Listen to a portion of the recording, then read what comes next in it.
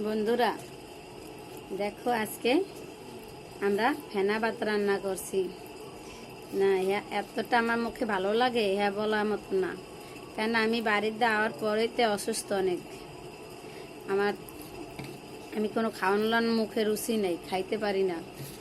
এখন কি করব, তার এটা রান্না করি ওটা রান্না করি, কিছুই মুখে ভালো লাগে না।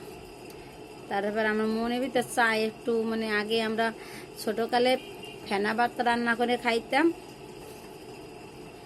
যে এভাবে একটু ফেনা ভাত রান্না আমার খাইতে মনে চায়।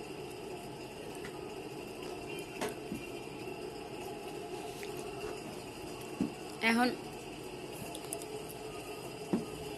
আমার এই যে আজকে কোনো মনে চাইলে, তো যখন মনে চায় তখন খাইতে হয় জিনিসটা, তাহলে শরীরটা আরো ভালো লাগে, মনটাও তৃপ্তি পাওয়া যায়। এই জন্য আমি আজকে রান্না করছি। এখন আমি রান্না করে আমি 2 প্লেট খেয়ে লাইছি। আর আমার ছেলেও পছন্দ করছে, জামাইও পছন্দ করছে, হেরা ভালো খাইছে। আমার ছেলে তো চেনেই না এটা কি ভাত খায়।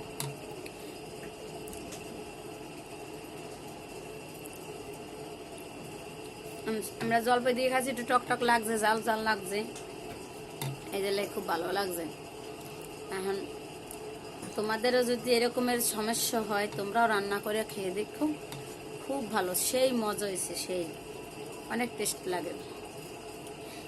তোমাদের এতটা টেস্ট লাগে এটা তো আমি বলতে পারবো মুখেই শুধু, কিন্তু তোমাদের আমি খাওয়াইতে পারবো না। তাই তোমরা নিজেরা রান্না করে খাইও, এইভাবে আমি যেভাবে রান্না করছি ওইভাবে রান্না করে খাইও, সেই মজা।